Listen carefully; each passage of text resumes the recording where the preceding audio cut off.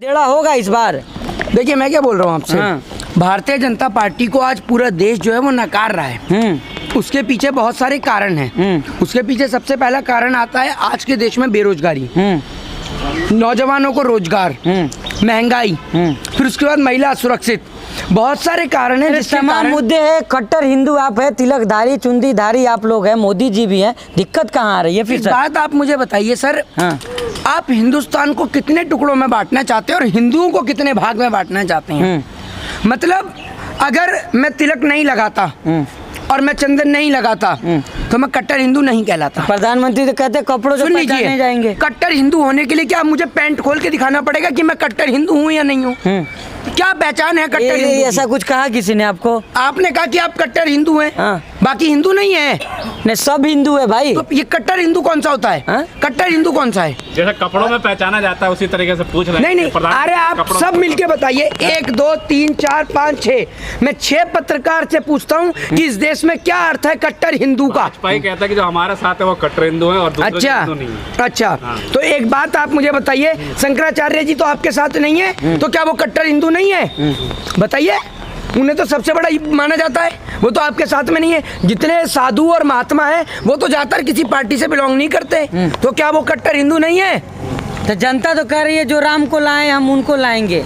राम को कौन लाया है? राम को कौन लाया है? किसी के अब्बा जान नहीं ला रहे थे। मेरी बात सुनिए। हाँ। अगर मैं आपसे एक बात कहूँ कि क्या इस दुनिया में किसी के अल्लाह को लाने की औकात है? बताइए, बताइए मुझे, है क्या? बिल्कुल नहीं है ना। भगवान तो उसी तरीके से राम को लाने की किसी की औकात नहीं है। राम ने और अल्लाह ने आपको और हमें लेके आए हैं। राम को कोई नहीं ला सकता। वो कैसे समझ रहे ना आप? गलियों में गाने गूंज नहीं रहे। भारतीय जनता पार्टी के लोग दिवालिया, उनका दिमाग जो है वो दिवालिया घोषित हो चुका है। हार के डर से भारतीय जनता पार्टी के नेता बौखलाए हुए हैं, जिसकी एक तस्वीर का स्क्रीनशॉट मैंने अपने मोबाइल के अंदर कैप्चर कर लिया। ये है उत्तर प्रदेश के बहरूपिया अपराधी ढोंगी मुख्यमंत्री अजय सिंह बिष्ट उर्फ योगी आदित्यनाथ।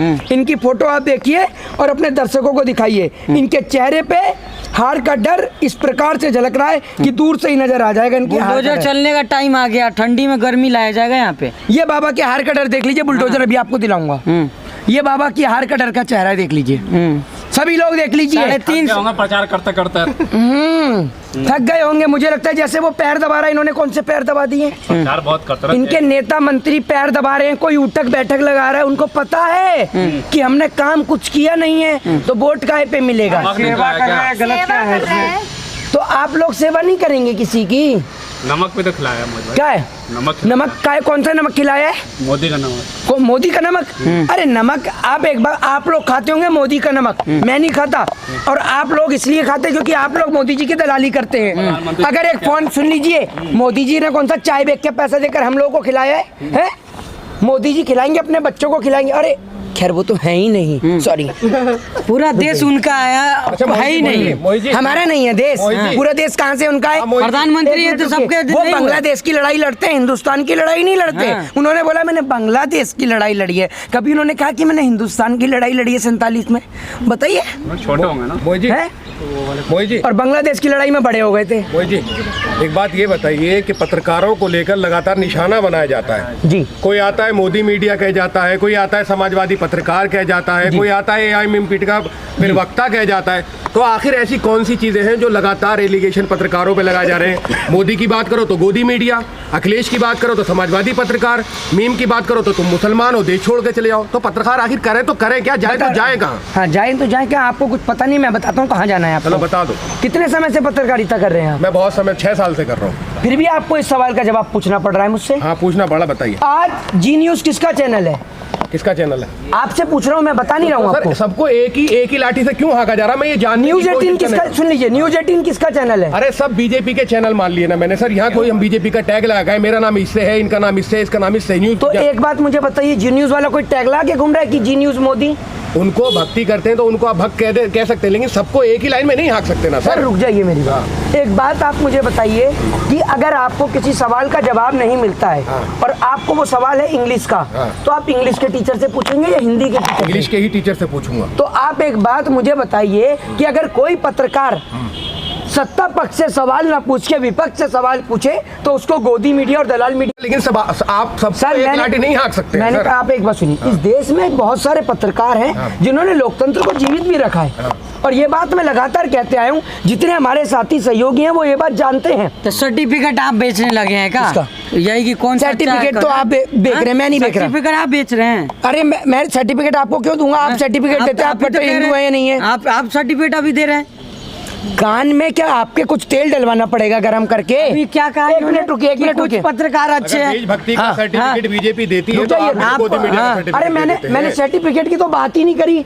सारे दर्शक इनके सुने कि ये कैसे एक प्रोपोगेंडा फैलाते हैं। सुनिए, मैंने सर्टिफिकेट का नाम एक बार भी नहीं लिया। आपने कहा कि कुछ साथी हमारे ईमानदार है। आपने कहा ऑन रिकॉर्ड है। बाकी और लोग क्या है? भी नहीं देती, लेकिन बात तो सही तो आइडिया अरे रहता है कि देशभक्ति का सर्टिफिकेट तुमसे नहीं लेंगे। सुन लीजिए, कुछ साथी का मतलब ये है कि जो सत्य को प्रदर्शित करते हैं, जो ना किसी पार्टी के लेवल को दिखाते हैं। अगर कोई भी पार्टी गलत करती है तो उसके गलत को प्रदर्शित करते हैं। अच्छा ठीक है, चलिए अभी सुन लीजिए, रुक जाइए। मुद्दा रखिए अपनी जेब के अंदर, आप रुकिए। आपके मुद्दे मुझे पता है। योगी जी ने महासभा करी तो उन्होंने यहाँ ये बोला, मोदी जी ने महासभा करी तो उन्होंने ये बोला, ये आपके मुद्दे हैं।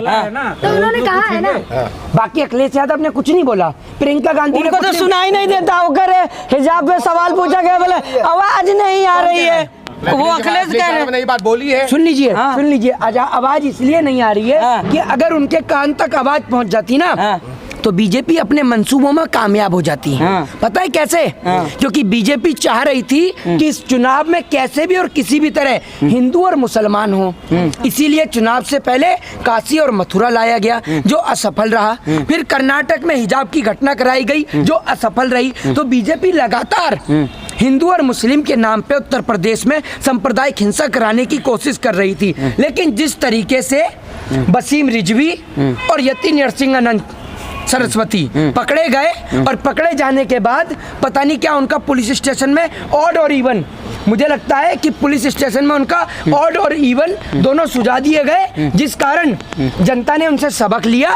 और उसके बाद जनता ने कहा कि भैया बाबा तो मटकी और प्रस्थान हो रहे हैं, रहना तो हमें बनारस में ही है, रहना तो हमें यूपी में ही है, और उत्तर प्रदेश जाना जाता है तिलक और टोपी के संबंध में। और तिलक और टोपी का ये संबंध टूटना ही नहीं चाहिए, चाहे नेता आए चाहे जाए, तिलक और टोपी एक रहेगी। रवि किशन, मनोज वाजपेयी, ये सब लोग कैसे कह रहे हैं सर? रवि किशन गृह मंत्री है, गवर्नर लगे हैं रवि किशन, सांसद है। तो है, वो तो कह रहे हैं पूर्ण बहुमत से सरकार आ रही है। नहीं, रवि किशन अमित शाह तो कह रहे हैं, अमित शाह कह रहे हैं ना। अमित शाह तो गृह मंत्री हैं, वो कह रहे हैं पूर्ण बहुमत से सरकार आ रही है। अमित शाह सच बोलते हैं?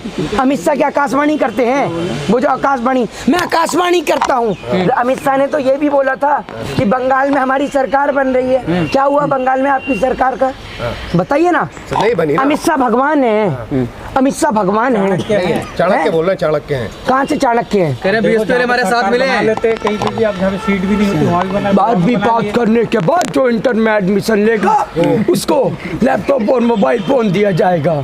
चाणक्य हैं वो, उन्हें ये नहीं पता कि पहले इंटर होती है या पहले 12वीं होती है। चाणक्य हैं। आप चाणक्य को बदनाम कर रहे हैं, शर्म आनी चाहिए आपको। जुबान फिसल जाती है।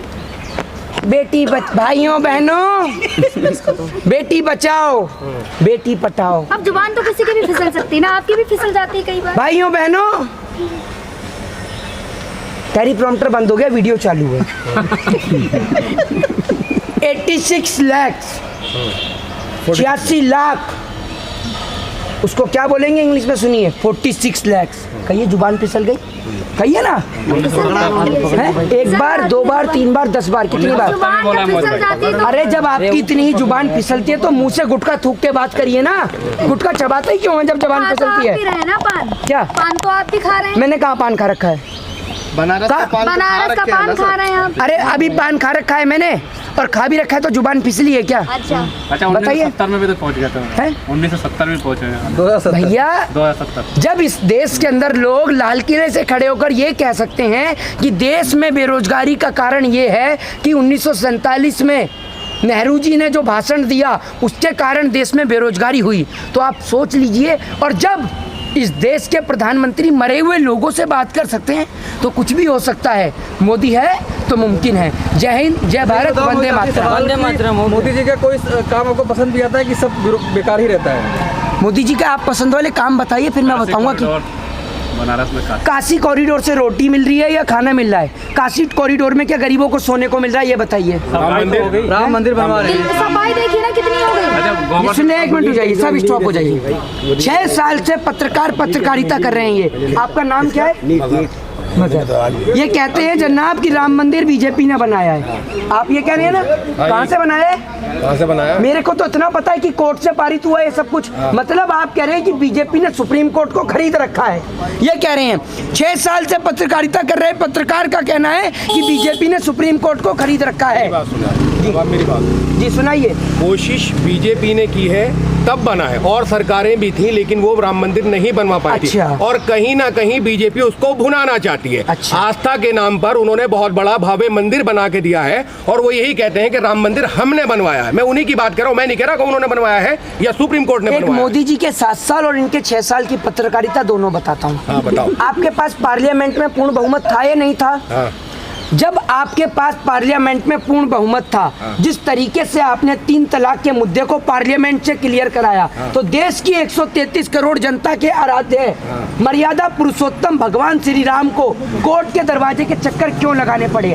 अगर यही भारतीय जनता पार्टी कोर्ट के बजाय पार्लियामेंट से राम मंदिर का मुद्दा क्लियर कराती, तो मैं आप सबके सामने कहता और मैं इस फैसले का स्वागत करता कि राम मंदिर बीजेपी ने बनाया। जनता से लेकिन क्या अब करना चुप चाहिए रहिए आखिरी आप। में? अब मैं कहूंगा कि राम मंदिर कोर्ट ने बनाया है। जय हिंद, जय भारत, वंदे मातरम।